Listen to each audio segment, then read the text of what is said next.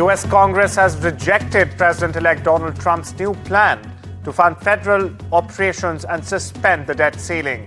This comes just a day before a potential government shutdown.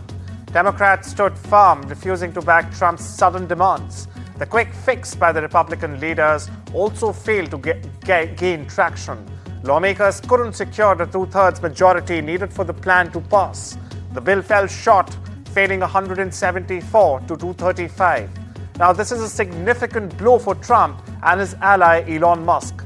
Both had strongly opposed the bipartisan compromise reached earlier to avoid a holiday season shutdown.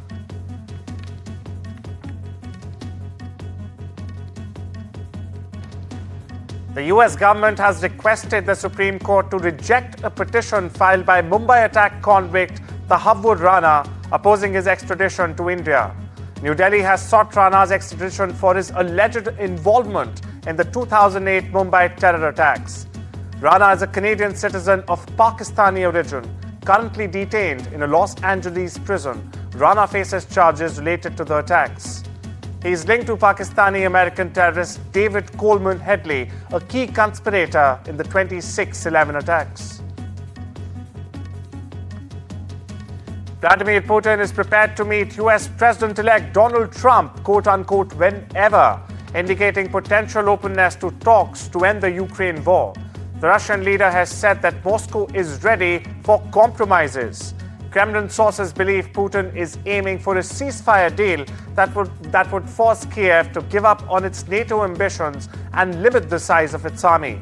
Listen in to what the Russian president has to say. Отношения друг друга и как мы делаем основано на полном доверии. Ну, во-первых, я не знаю, когда мы с ним встретимся, да, потому что он об этом ничего не говорит. Я с ним вообще не разговаривал более 4 лет. И я готов к этому, конечно, в любое время. Готов буду и ко встрече, если он захочет этого. Luigi Mangione, the suspect charged in the murder of United Healthcare CEO Brian Thompson, has waived his right to an extradition hearing. Mangione was flown from Pennsylvania to New York. The federal government has filed 4 criminal charges against him, including one punishable by death. The 26-year-old will remain behind bars, as his lawyers said they would not yet present an application for bail. The suspect is being held at Metropolitan Detention Center in New York's Brooklyn.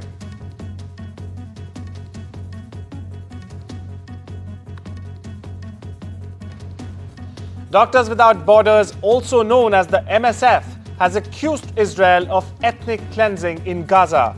Now, the accusations were labelled in a report titled Gaza, Life in a Death Trap, documenting the 14th-month Israel-Palestine conflict.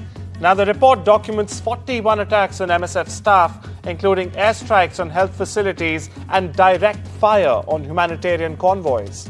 MSF's report highlights that the siege of the Palestinian territory has drastically reduced humanitarian aid, with only 37 trucks authorized daily in October 2024, compared with 500 before the war.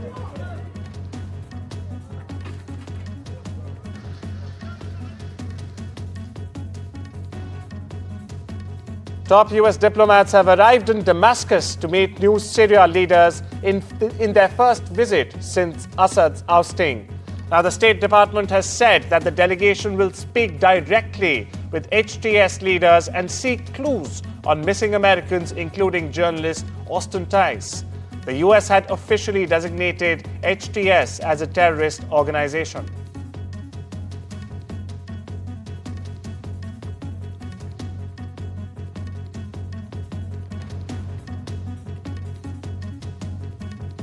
Israel launched widespread airstrikes against Houthi targets in Yemen, killing at least 9 people in the port city of Hodeidah. Israel even threatened more attacks against one group that launched hundreds of missiles at Israel over the past year.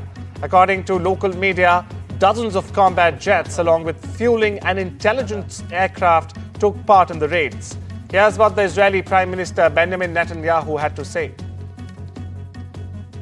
חמאס, חיזבאללה, משטר אסד בסוריה, החות'ים הם כמעט הזרוע האחרונה שנשאר לציר הרשע של איראן. הם לומדים והם ילמדו בדרך הקשה, שמי שפוגע בישראל משלם על כך מחיר כבד מאוד.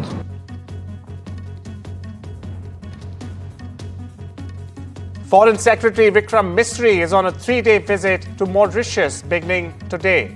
This is the first high-level engagement between India and Mauritius after formation of the new government in the island nation. The External Affairs Ministry has said that Misri's visit reflects the priority that India attaches to its relations with Mauritius under its security and growth for all in the region vision, Africa forward policy and commitment to the global south.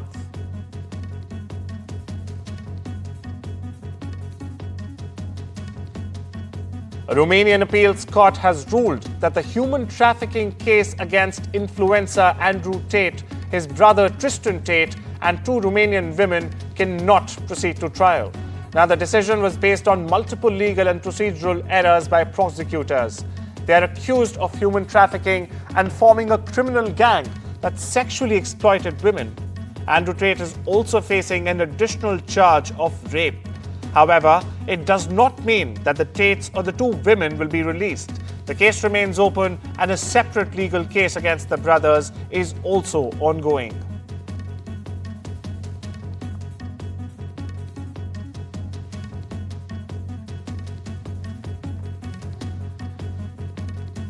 Fire at a warehouse in Taiwan has left at least 9 dead and 7 wounded.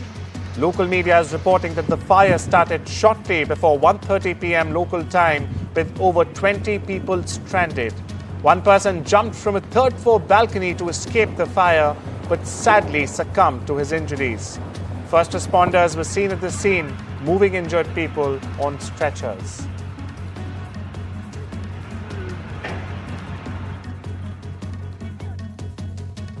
NATO Secretary General Mark Rutte is on a visit to a military training site in Bulgaria. He inspected the activities of a multinational unit set up as a response to Russia's invasion of Ukraine in 2022. Rutte emphasized on the importance to ensure the alliance continues to provide military assistance, training and advice to Ukraine so that Kiev can one day start peace talks from a position of strength. Listen in. Bulgaria is also helping Ukraine to defend against the Russian aggression, and I want to thank you for your great contribution to help Ukraine to be able one day to start talks on a peace deal from a position of strength, and that is what we need to achieve. The Georgia Court of Appeals has ruled to disqualify Fulton County District Attorney Fani Williams from prosecuting the case against US President-elect Donald Trump and his alleged co-conspirators. The charges are related to the alleged subversion of the 2020 election. The long-awaited decision comes in a state criminal case that has already faced delays. Now, the ruling raises questions about whether the case can actually proceed in court or not. The appeals court determined that Willis's office is not eligible to handle the prosecution. A special prosecutor will now need to be appointed for the case to continue.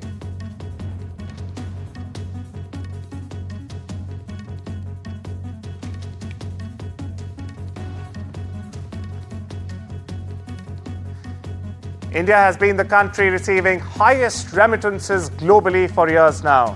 This year was no different.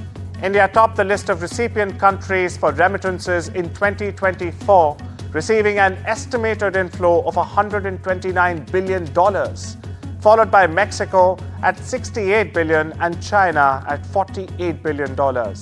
India has steadily been receiving remittances of over $100 billion each year for the last 5 years, except in 2020 when the COVID-19 wave had peaked. That year, India saw an inflow of $83 billion. In the last 10 years, India's overall remittances have grown by 57%.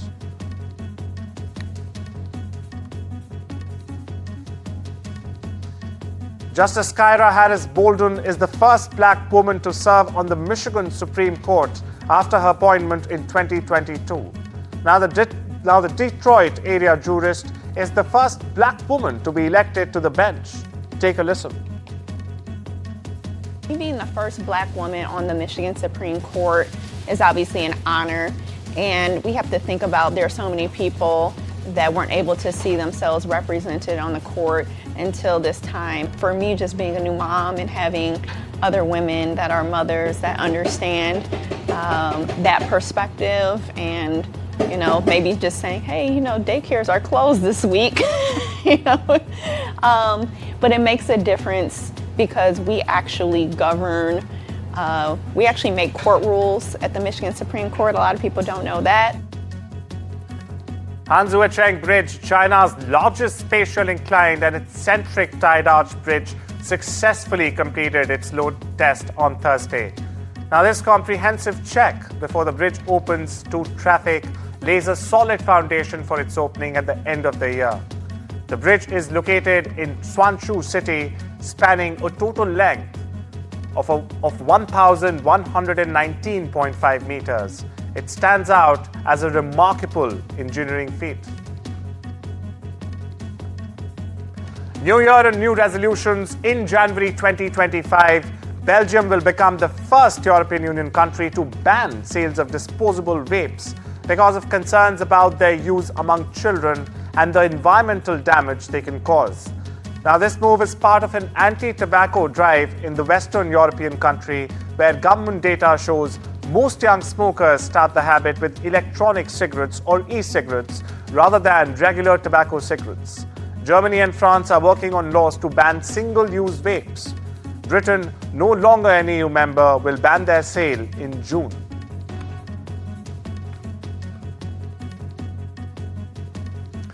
Prime Minister Narendra Modi and Britain's King Charles III have spoken on the phone. The two leaders reaffirmed India-UK ties and exchanged greetings for Christmas and the New Year. They also exchanged views on the Commonwealth Heads of Government meeting in Samoa, which was held in October. PM Modi did not attend that meeting.